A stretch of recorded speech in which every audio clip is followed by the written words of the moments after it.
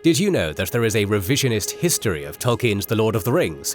Indeed, it seems not everybody believes Tolkien was telling the truth about what happened during the War of the Ring.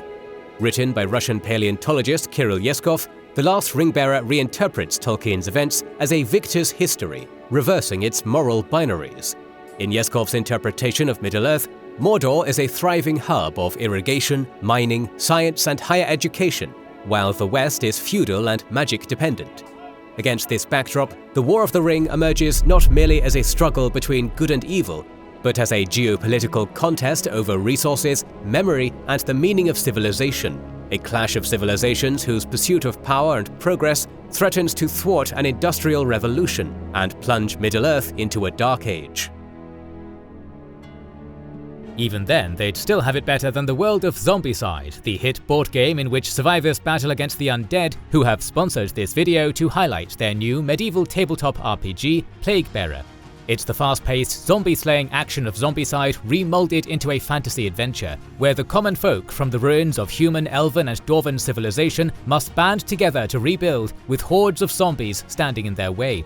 You'll need to develop a stronghold and conquer baddies big and small, all while enjoying the amazing art, maps, and of course the detailed mechanics from the designers of the award-winning The One Ring RPG. Plaguebearer is being made available through the Zombicide Dead Men Tales GameFound crowdfunding campaign, along with other zombie-killing adventures, so check it out for more details and pledge to secure your copy of the beautiful game book by using our link in the description. Yeskov reimagined Arda as a world split into the magical world of Aman, inhabited by supernatural creatures such as elves, and the physical world of Middle-earth, inhabited by men. Two ancient instruments anchored this division: the mirror, which could glimpse possible futures, and 7 palantiri, which enabled long-distance communication. A few men who traveled to Aman, known as wizards, dragged palantiri and the mirror into Middle-earth, monopolizing the corridor between the two worlds. Some became infatuated with Aman, known as the White Council, and sought to mold Middle-earth in Aman's image. To do so, they began migrating elves into Middle-earth, expanding magical influence, and eroding the political autonomy of Western realms. The wizards opposing them, the Nazgul, began aiding the center of Middle-earth, Mordor, and her allies Umbar and Khand to a lesser extent. Yeskov's reimagined Mordor is not a barren wasteland, but a technologically advanced, meticulously organized nation, sustained by irrigation, mining, and trade. Gorgoroth was an oasis that supported 2 annual crops: cotton, rice, dates, and grapes. Barad-dûr was a city of alchemists and poets, mechanics and astronomers, philosophers and physicians, the heart of a civilization that bet on rational knowledge and barely adolescent technology to challenge ancient magic. Rather than a monolithic war machine, the Mordorian state supported universities, engineering, metallurgy, and a diversified economy of mining, farming, trade, and crafts. It was a scientifically engaged state, built upon rational knowledge, with a heavy emphasis on metallurgy, chemistry, mining, and large-scale engineering. Its economy and technology were centered on turning raw resources into infrastructure, weapons, and power. The Mordor we are shown stood on the verge of the Industrial Revolution, producing early forms of steam engines, electricity, and even flying machines. Mordor was multi-ethnic and cosmopolitan. The Oroqen were a nomadic tribe of men who inhabited Mordor's plains, labeled with the racial slur Orcs by the men of the West. Trolls formed a hardy, family-centered culture of men who lived in thick-walled stone towers high in the Ash Mountains. They were proud stonemasons, engineers, chemists, masters of mining and metallurgy, and the economic and military backbone of Mordor. Mordor relied on Umbarian traders who operated the cross-sea networks, and a bureaucratic elite that attempted to balance security with the preservation of cultural memory. Mordor also traded with Khand, a caliphate built on a highly organized slave economy, and Harad, a large and diverse empire that lacked a centralized urban civilization. Mordor was led by Sauron VIII, who oversaw a parliamentary monarchy. Sauron interacted in high diplomacy with other great powers, such as the Elves, the White Council, and Gondor. The Nazgul were the professional elite within Mordor: doctors, lawyers, merchants, engineers, and others. They acted as a specialized governance and security corps, blending magical heritage with science. They wielded rings made of inoceramium that empowered them, and engaged in espionage, diplomacy, and covert operations. They were Mordor's bridge between magic and science, and Mordor bravely employed adolescent technology against the tyrannical ancient magic of the West. As the Third Age waned, climate upheaval accelerated in Mordor. The savanna dried into desert plains. In a bid to irrigate, Mordorians unleashed a network drawing on the Sea of Nirnen, only to doom their fields with overly saline groundwater. Despite this setback, Mordor's innovation and commerce kept them afloat, trading manufactured goods for food with Khand and Umbar. The White Council discovered through the mirror that Mordor was on the brink of an industrial revolution that would surpass their magically dominated West. To safeguard the West, Gandalf devised a final solution to the Mordorian problem. The White Council would wage a war of attrition and blockade to strangle Mordor. Gandalf overthrew Saruman, who advised against the plan, and loaned the elves the mirror to involve them in the conflict. The elves acted as magical and political brokers, and in turn manipulated the men of the West to the cause. To counter this and maintain the status quo, the Nazgul and their Mordorian allies began exploiting the economic and military networks of Umbar, Khand, and Harad. All of this culminated in the War of the Ring. The War of the Ring became a high-stakes geopolitical chess game, fought not only with swords and sorcery, but with strategic deception, political maneuvering, and contested narratives. The Nazgul, led by Sharia Rana, engineered a clever ruse. They forged a ring and spread rumors that it could grant dominion over all of Middle-earth, shipping it towards the Anduin to spark distrust and infighting between Gondor and Rohan. However, Gandalf quickly saw through the ploy, retrieved the ring, and hid it in the Shire. In response, the Nazgul comically stormed the Shire in terrifying disguises, scaring and driving village simpletons with the ring eastward. After Gandalf's coup, Saruman broke with the White Council in support of Mordor. He gathered an army at Isengard and began courting King Theoden of Rohan and Steward Denethor of Gondor, assuring them that Isengard and Barad-dûr sought nothing but peace. He taught Denethor and Sauron how to communicate through the Palantiri to build trust and de-escalate. Furthermore, he managed to undermine Prince Boromir, manipulating him into going on an adventure for the ring. The Nazgul-Saruman plan seemed poised to work, but Boromir was murdered by Aragorn, who blamed his death on an orc raid, and the ring became lost. Likewise, Prince Theodred was killed under suspicious circumstances, also blamed on an impossible orc raid. Despite this, the three kings understood that a bad peace was better than a good war.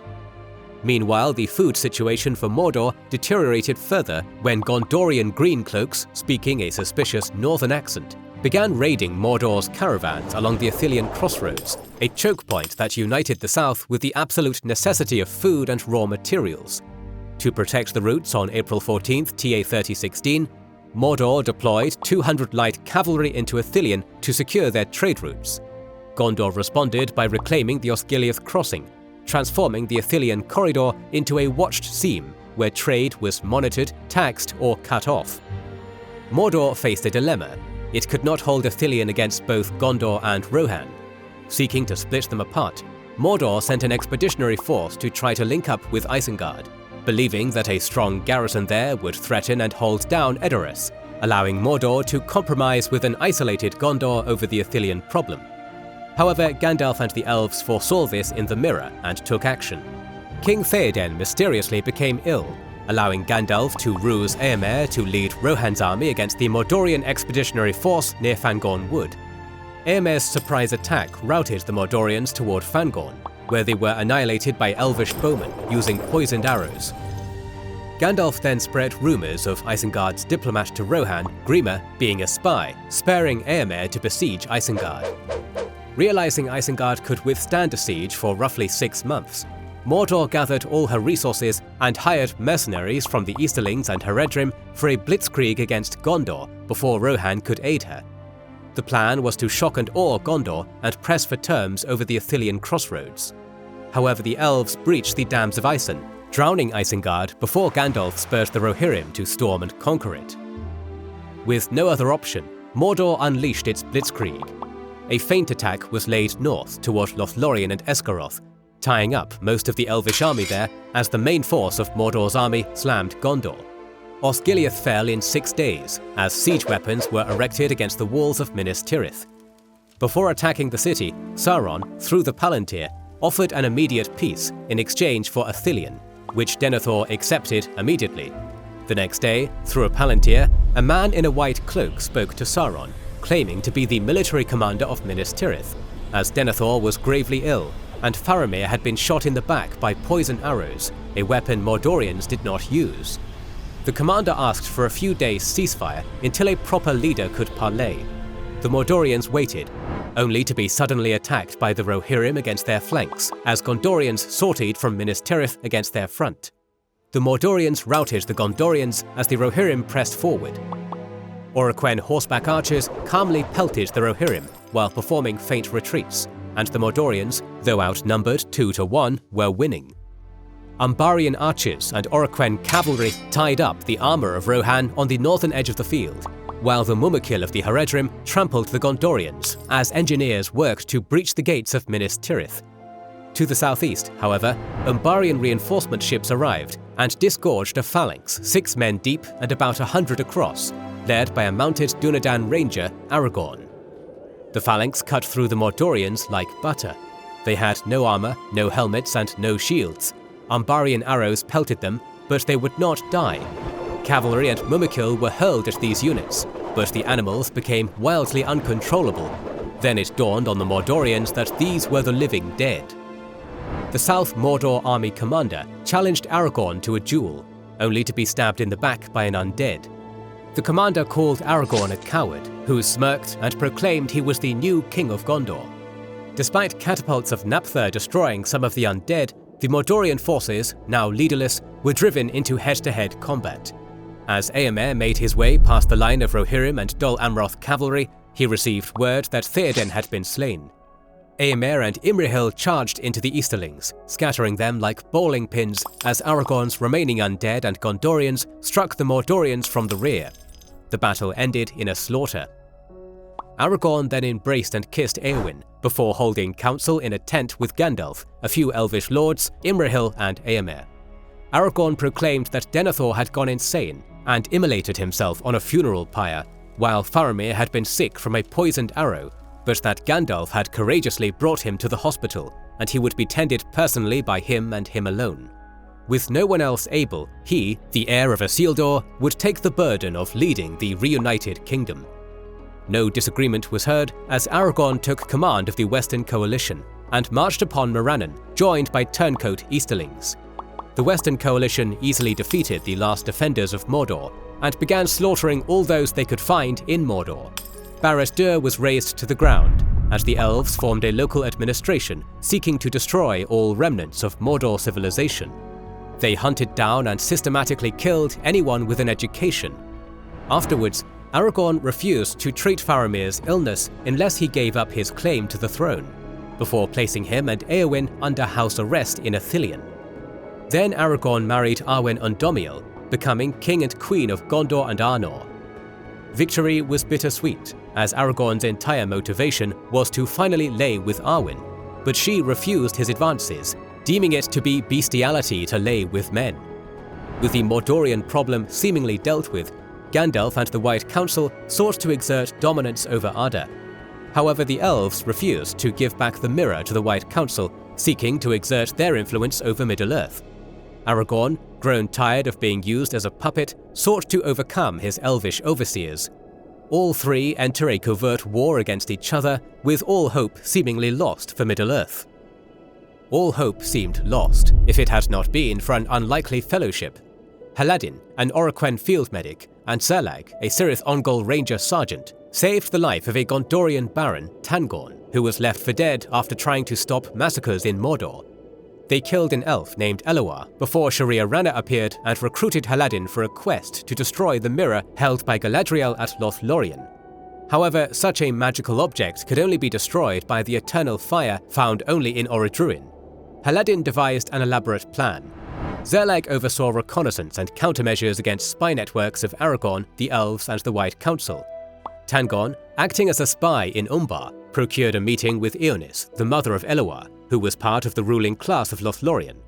They deceived and blackmailed Eonis, claiming they were working for Aragorn, that her son was still alive in a hideout in Mordor, and that they would allow her to communicate with him and ransom him.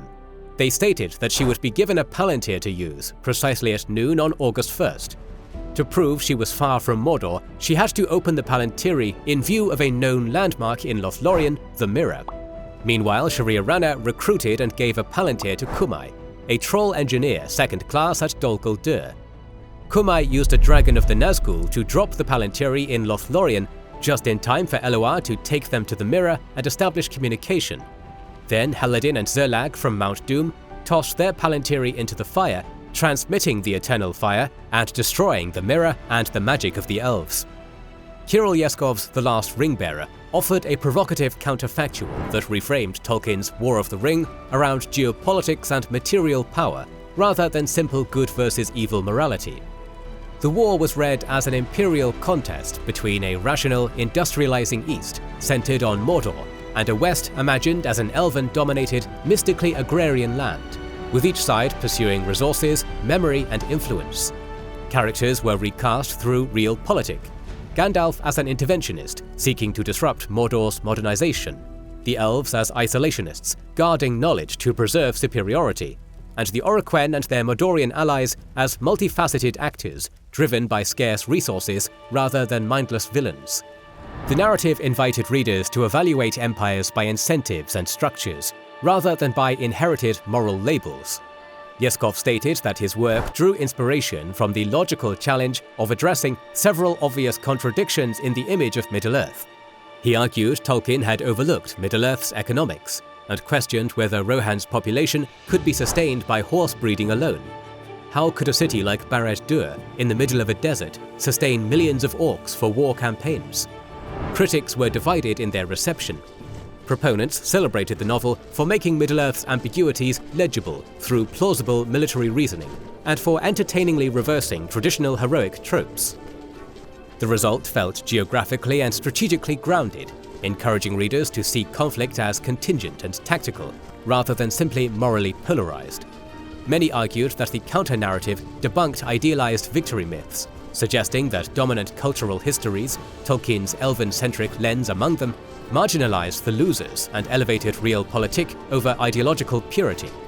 Critics, however, read The Last Ringbearer as relativistic propaganda that rationalized authoritarian structures by casting Sauron's regime as a rational proto-industrial state opposed by elitist imperialists.